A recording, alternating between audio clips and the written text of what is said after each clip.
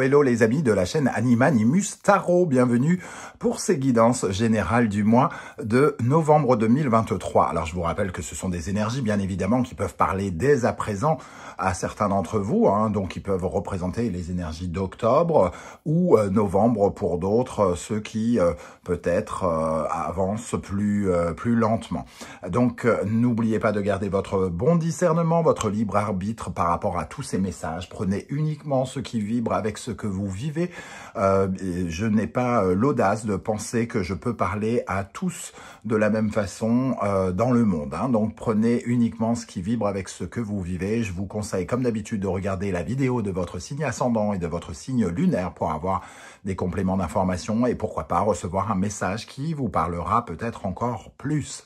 Dans la barre d'infos, comme d'habitude, vous trouverez mon adresse email si vous désirez des renseignements sur les tirages personnalisés. Vous trouverez également différents liens qui vous mèneront vers les guidances que j'ai effectuées pour votre signe récemment, comme par exemple, quelle est la bonne surprise qui vous attend en novembre 2023. Et vous trouverez également toutes les guidances du mois d'octobre, sentimentales, professionnelles, les messages de vos guides.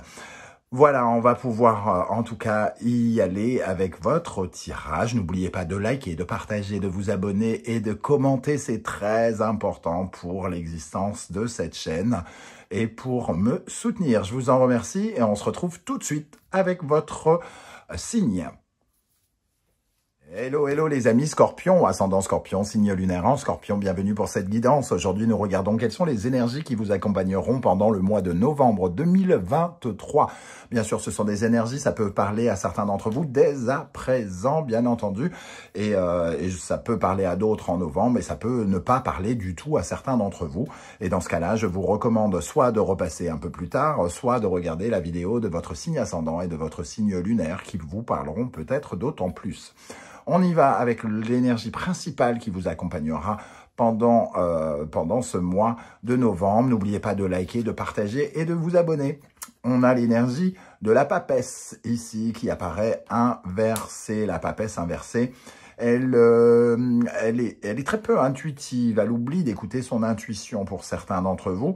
Elle oublie d'écouter la petite voix au fond d'elle qui lui dit quoi faire, comment faire, etc. Mais pour moi, elle va surtout parler ici, j'ai l'impression, pour vous, de quelque chose que vous taisez. Alors peut-être par prudence, peut-être par méfiance aussi. Vous avez peut-être peu confiance aux personnes qui vous entourent.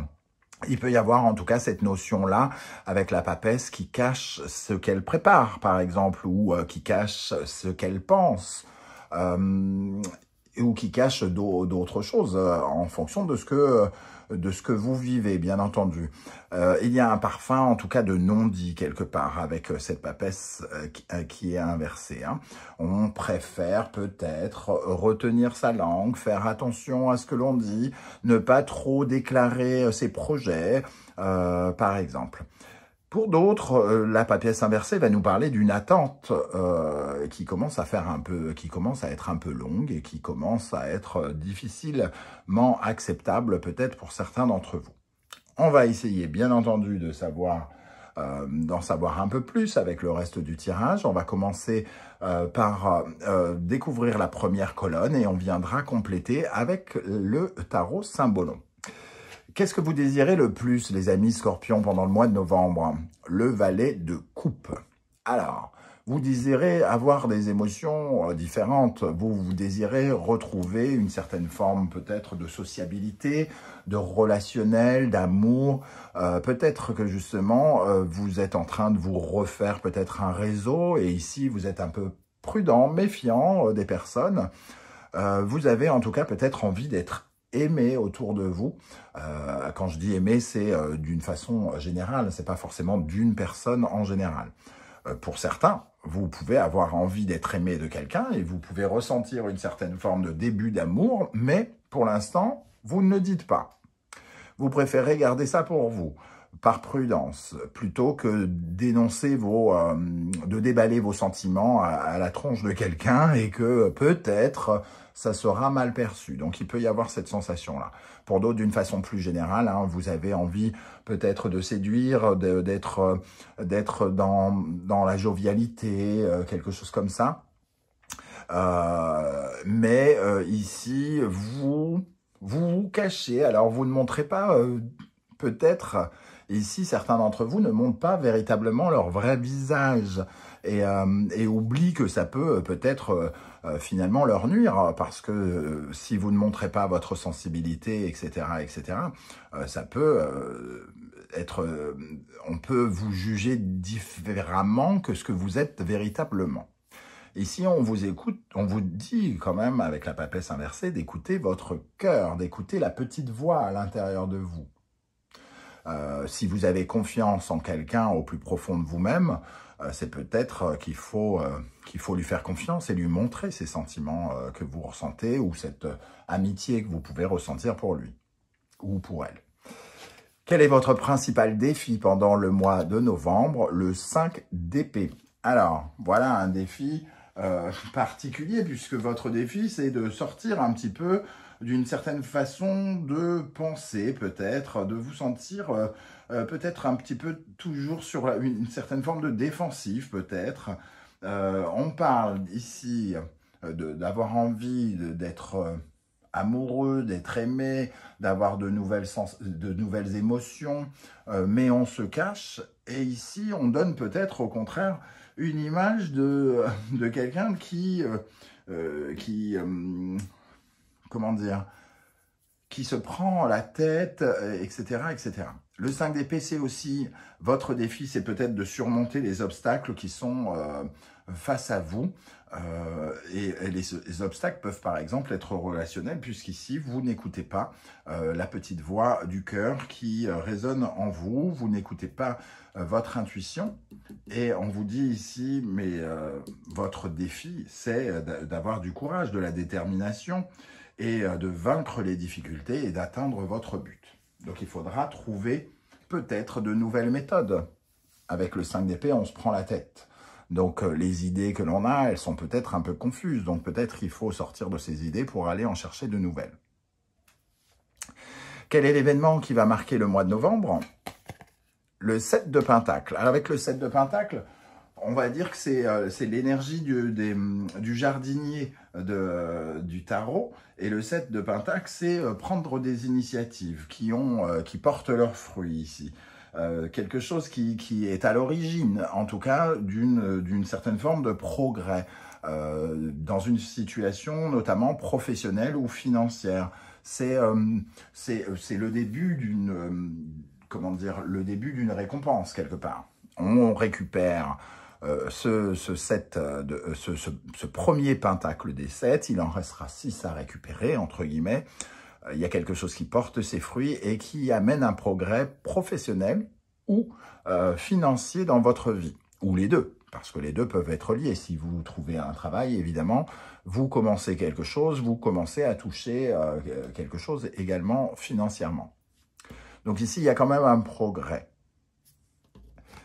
Alors, dans ce qui va vous aider, les énergies qui vont vous aider, reine de bâton. La reine de bâton, elle sait ce qu'elle veut. Et elle reçoit un petit peu les énergies qu'elle dégage. Elle a un pouvoir d'attraction, entre guillemets. Les reines reçoivent.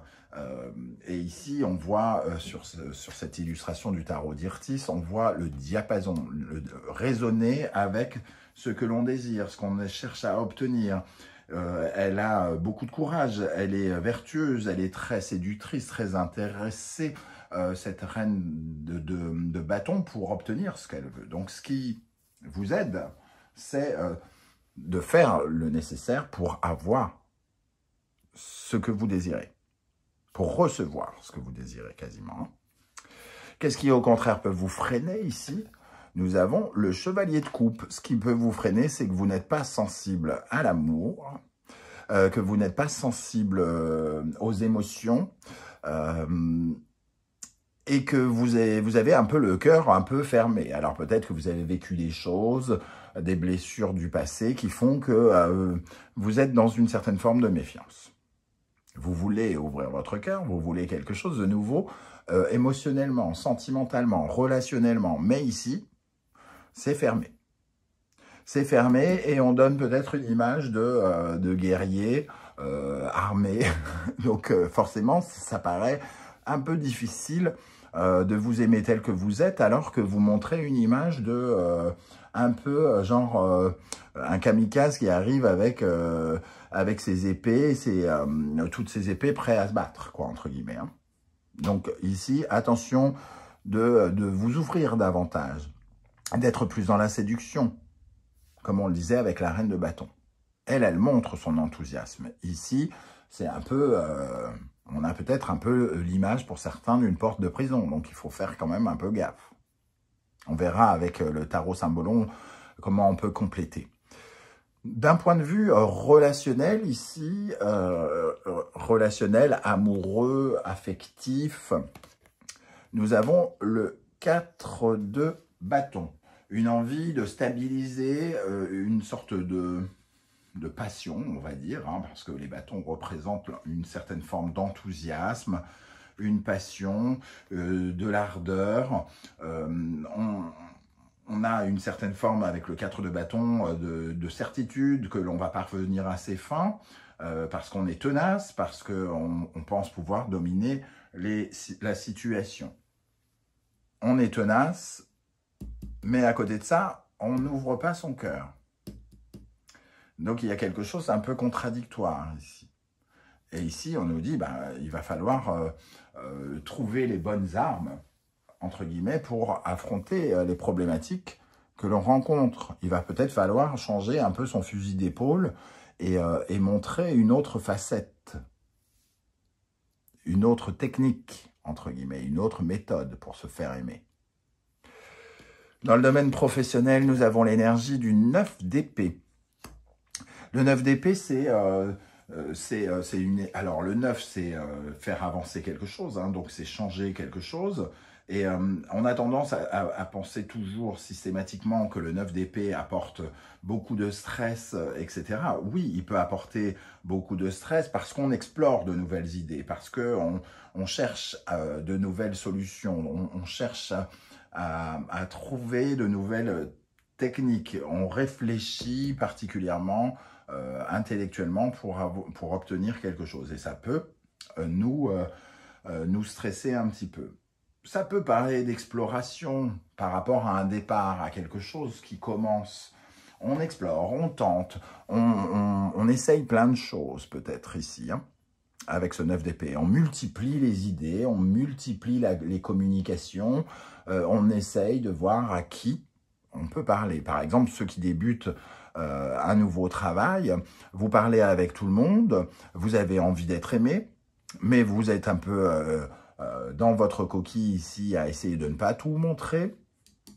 Et pour séduire, il va falloir un peu ouvrir son cœur et se montrer peut-être un peu plus tel que l'on est, avec beaucoup plus de sincérité, entre guillemets. Parce que pour l'instant, vous cachez peut-être, entre guillemets, les visages les plus intéressants que vous pourriez montrer aux autres. Quelle est l'énergie intérieure, psychologique, spirituelle? Nous avons le 4 de Pentacles, le besoin de se stabiliser, de protéger ses acquis. Alors, on essaye de protéger ses acquis et c'est peut-être pour ça qu'on ferme les écoutilles. On n'a surtout pas envie d'être blessé.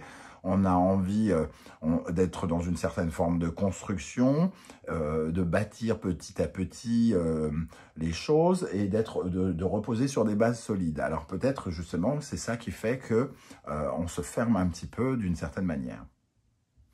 À la fin du mois, avec quel état d'esprit vous allez terminer le mois? Le 4 de coupe, on retrouve quand même des 4 ici. 4 de bâton, 4 de pentacle, 4 de coupe. Une volonté quand même de rééquilibrer quelque chose, de stabiliser quelque chose. De stabiliser ses désirs, de stabiliser tout l'aspect extrêmement réaliste et concret et de se mettre en sécurité. Et ici, le 4 de coupe, d'harmoniser ses émotions aussi. Donc, on se retrouve un peu plus en équilibre probablement en fin de mois. Alors, on va essayer de compléter avec la deuxième colonne. Avec ce valet de coupe, nous avons l'énergie du lion, du soleil, du capricorne et de Saturne. Ici, on sent que peut-être l'amour Ici, l'amour, hein, représenté par le soleil et la maison 5, le lion, peut vous sembler compliqué. Alors, quand je dis l'amour, évidemment, c'est la joie de vivre, parce que le lion, c'est aussi le divertissement, c'est le rayonnement, c'est la façon de démontrer sa jovialité, sa convivialité, tout ça. Il y a quelque chose encore peut-être un peu lourd pour vous à porter, alors des blessures du passé, de la trahison que vous pouvez peut-être ressentir, le cœur brisé que vous avez pu avoir. Donc, vous voulez de nouvelles émotions, mais il reste encore des choses peut-être à comprendre sur certains blocages qui vous lient à ce sentiment de rayonner et de vous montrer sous un visage plus solaire et peut-être un peu moins blessé. C'est comme ça que je ressens ce tirage pour l'instant. Alors, votre plus grand défi avec le 5 d'épée, Taureau, Vénus, retrouver une certaine forme d'harmonie avec Vénus hein, et de se sentir plus en confiance. Votre défi, c'est d'avoir davantage confiance en vous et peut-être davantage confiance aux autres. Revaloriser votre image comme vous revaloriser l'image des autres. D'être moins dans l'attaque, la défense et d'être beaucoup plus dans la bienveillance, la douceur, la légèreté, l'amour, entre guillemets. C'est votre défi. Hein. Donc, on voit que vous devez passer un cap ici. Hein. C'est bien le 4 de bâton qui nous dit, bon, on passe une étape. Moi, j'ai l'impression que certains d'entre vous sont en train de rencontrer des personnes. Et on a du mal à se montrer et à apprendre à les connaître parce que justement, il y a un doux parfum de mensonge, on se cache, on se montre pas, il y a toute cette énergie un petit peu de personnes qui se rencontrent et qui arrivent avec leur passif, entre guillemets, et qui ont du mal à se montrer tels qu'ils sont. Alors, qu'est-ce qui va se passer concrètement avec ce 7 de Pentacles?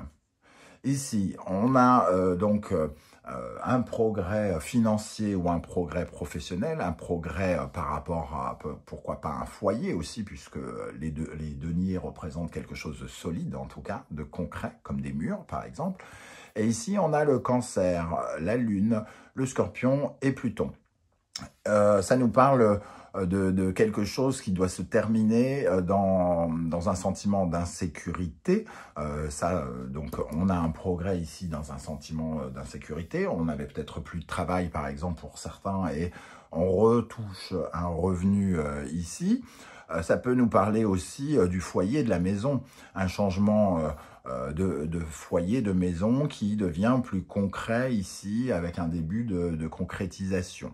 Un début de résultat par rapport à un changement dans la dynamique de ce sentiment intime aussi. Donc, on prend un peu, pendant le mois, vous allez prendre un peu plus confiance en vous, peut-être avec ces rencontres, parce que vous essayez plein de choses. Ok, alors, quelle est votre meilleure arme, votre atout, ce qui va vous aider ?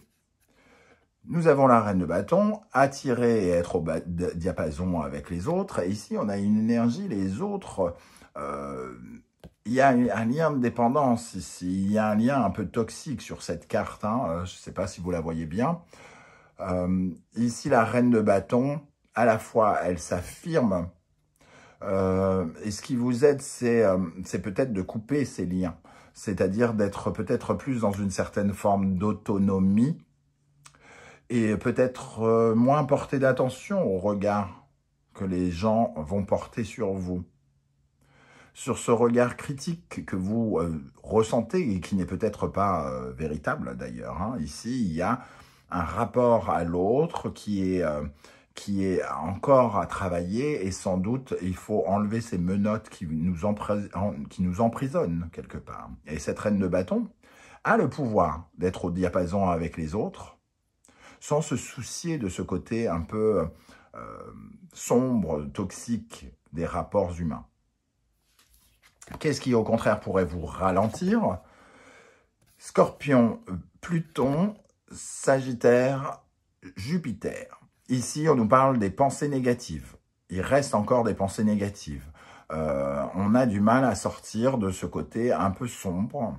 J'en parlais ici, hein, ce côté à l'attaque en défense, l'impression que les autres vont peut-être nous jouer des tours, nous faire du mal, et qu'ils peuvent retourner des armes contre nous. Ce genre de pensée peut vous empêcher d'avancer, et elles ne sont probablement pas, comment dire, réalistes pour l'instant. Parce qu'ici, le chevalier de coupe nous dit qu'on est un peu dans l'illusion, on se met ça en tête, mais c'est pas forcément une réalité.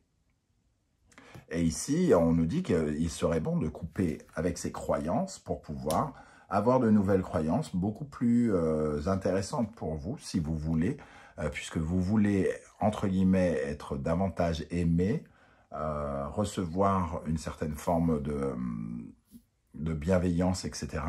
Il vous faut couper aussi avec ces pensées négatives que vous portez sur les autres, hein. Ce côté, les autres sont forcément peut-être des ennemis, pour certains d'entre vous, hein, bien sûr. Alors, dans le domaine sentimental, relationnel, amoureux, le 4 de bâton, ici, Vierge, Mercure, Verseau, Uranus, il y a quelque chose qui se bâtit un petit peu, il y a une étape qui se franchit ici, et on a quelque chose d'assez soudain, un peu comme un... Alors, certains, ça pourrait parler d'un coup de foudre, hein, mais en tout cas, quelque chose qui casse la routine tout à coup, hein. Il peut y avoir, ici, comme on est dans le relationnel, quelque chose qui s'améliore par rapport à un rapport de force, un rapport d'éclair, un coup de foudre, une passion soudaine, par rapport à une tension aussi. On peut imaginer que ces deux personnes sont avec de l'électricité. Alors, voyez comment ça peut vous parler. Une personne avec qui il y a de l'électricité dans l'air, soit électricité positive avec un coup de foudre, par exemple, ou alors électricité un peu négative avec quelqu'un avec qui on est plutôt en tension. Ici, avec le 4 de bâton, on a l'impression qu'on améliore quelque chose, hein, en tout cas. Dans le domaine professionnel, avec le 9 d'épée, nous avons l'énergie de Vierge, Mercure, Capricorne, Saturne. On réfléchit justement par rapport à des blocages dans le quotidien, dans la vie professionnelle.